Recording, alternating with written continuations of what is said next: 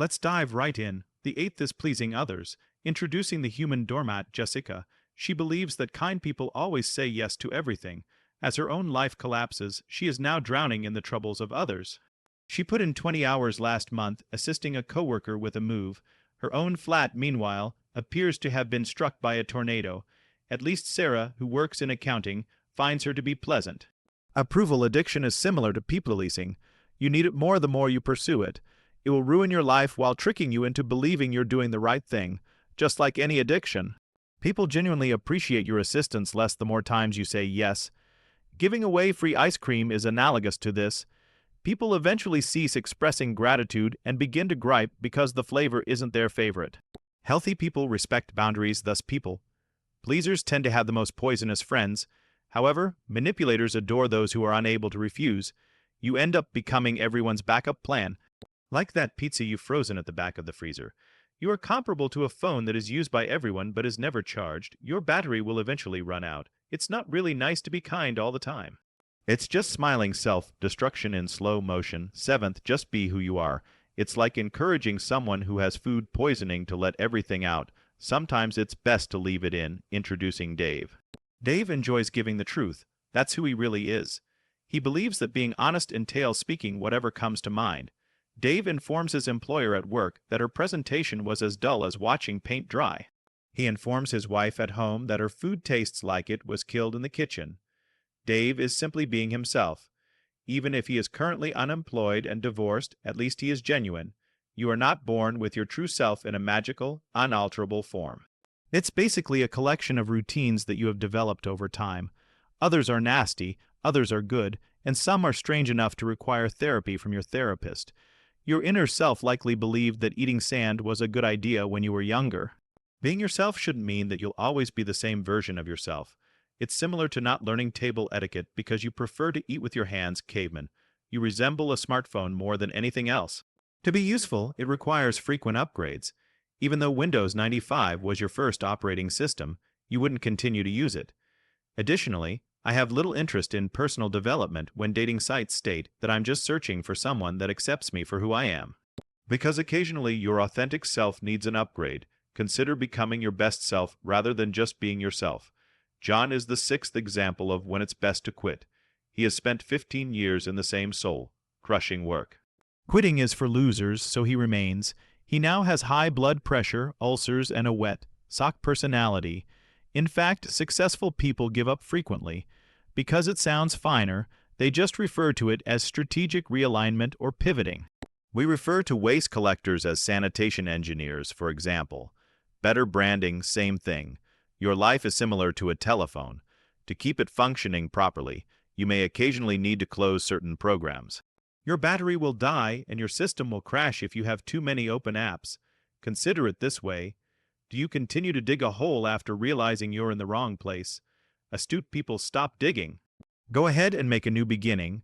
We continue doing things that make us unhappy because we are afraid of being labeled quitters. Toxic friendships, crushing employment, and bad relationships. We resemble someone whose eyebrows melt off and who says, "This is fine," in a burning house. The most successful quitters are similar to chess players. When the game becomes difficult, they don't simply give up. They understand just when to give up a piece in order to win the entire game. Remaining in a poor environment is punishment, not persistence. You're not a pinata either. Taking hits until you break is not necessary. Winners always give up. They simply quit the appropriate things at the appropriate times. The fifth is safety in the known. The human screensaver Bob is here.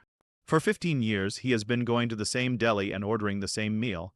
Not because it's fantastic, but rather because it's intimidating to try anything new. In a sense, he has been with a mediocre turkey club for a long time. It's like a hamster wheel in his life. The same job, the same commute, the same TV shows on repeat, lots of movement and little progress. His comfort zone has been transformed into a high-security jail, complete with worry barbed wire and emotional guard towers. His brain prevents him from trying anything new, much like an overly cautious mother. What happens if you fall? What if you don't succeed? What if you get food illness from that new restaurant? In the meantime, life is going by more quickly than free food at a party at work. It's like that poisonous ex who never stops claiming, "Nobody will love you like I do." They are correct in saying that true love isn't about keeping you in a cozy cage. More than a cat enjoys knocking objects off tables, your brain enjoys routine. It never stops attempting to persuade you that everything novel is risky. Do you recall the time you tried sushi and became ill? You should never stray from chicken nuggets. However, what feels safe right now could be slowly killing you.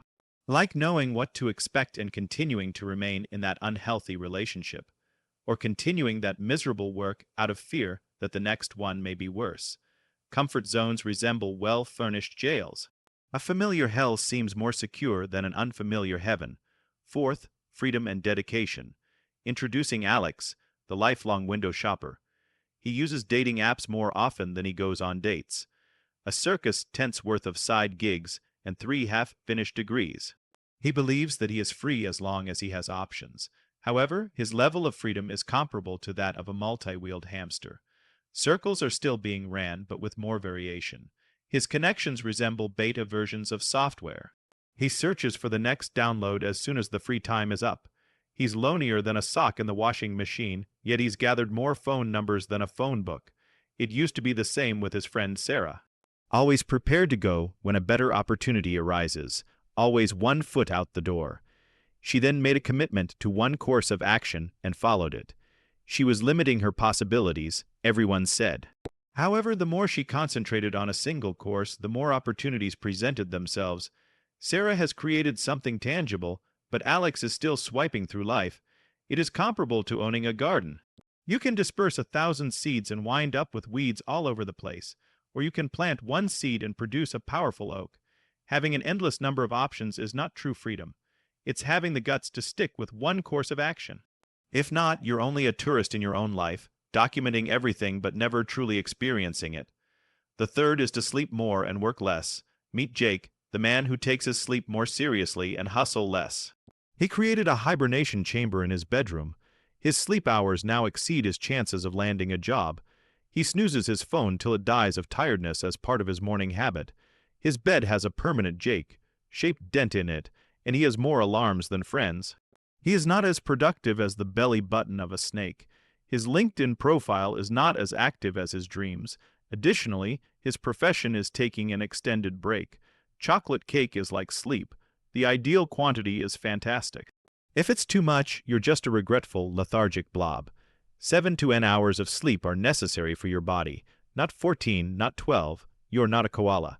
They have smooth brains, eat toxic leaves, and sleep for 20. 2 hours every day. Although your brain needs to be charged, leaving it plugged in all the time actually degrades it. Jake's mind is essentially always in airplane mode. Replacing one extreme with another is not the goal of balance. It's about striking a balance between being a hibernating bear and becoming Elon Musk. That's what bears do, and they have no school loan debt. Second, pursue your interest. Imagine spending your entire life being assured that everything would work out if you just pursue your passion. Well, passion isn't a source of income. Even though you may have a strong enthusiasm for Netflix, good luck making that your career. When you're collecting toenail clippings on a first date, it's like urging someone to just be yourself. Consider Olivia. Baking was her passion. She opened a bakery after leaving her secure accounting position. She now spends 16 hours a day with health inspectors, handling irate staff, and completing paperwork. Maybe 30 minutes a day are spent really baking. She no longer even likes to bake. Her passion turned into a nightmare. Mike, her pal, continued working at his dull tech job in the interim, became rather proficient at it. After he became proficient in coding, he genuinely became passionate about it. He's now doing what he loves and earning 6 figures. He wasn't initially enthusiastic about it. Passion is not a natural trait, it's more like a houseplant. You don't simply discover it. Even so, you must tend to it, hydrate it, and occasionally watch it die. You're essentially gambling with your future when you follow your passion without a plan. It is comparable to leaping from an airplane and relying on your ability to use the parachute during the descent. Prioritize being valuable. Develop your problem-solving skills such that people will pay for them. Like that cousin who only comes to visit after you're successful, the passion will appear later. First of all, freedom is equal to structure. Introducing Tom, the free-spirited individual who believes that schedules are for squares. His life resembles a painting by Jackson Pollock. Vibrant mayhem that only makes sense when under the influence of drugs. When his body signals him to wake up, he does. that can occasionally be 6:00 a.m. It's dinner time sometimes. His apartment has a tornado-like appearance. Both of them lost a struggle with a trash can. Under his bed, a pizza box from the previous month is sprouting fresh life. He eats whatever he wants. His work is disorganized, and his mind functions similarly to a browser that has 100 tabs open. He essentially lives in turmoil with the occasional pizza, but without the enjoyable elements of a weekend. His pal Lisa, meantime, lives her life as if it were a military operation. She has meal regimens, exercise programs, and morning rituals. In actuality, she has more leisure time than most. Lisa is able to genuinely appreciate life because of her organization. She makes quick decisions on what to eat. She takes care of that when preparing meals. At 3 in the morning, she doesn't lie awake thinking about the next day. Her routines took care of it. She uses all of that mental energy to live her life. It's similar to using a GPS as opposed to stumbling around in the hopes of finding your way. Wandering may sound more daring, but at 3 in the morning, you're likely to get lost in a dubious area. Consider structure to be similar to a river's banks. Water simply stretches out into a worthless marsh in their absence. It gains enough strength with them to produce electricity. Freedom turns into anarchy when it lacks order. Chaos is simply failure masquerading as a party animal. That concludes today. I'll be doing more videos like this in the future. To view them, subscribe.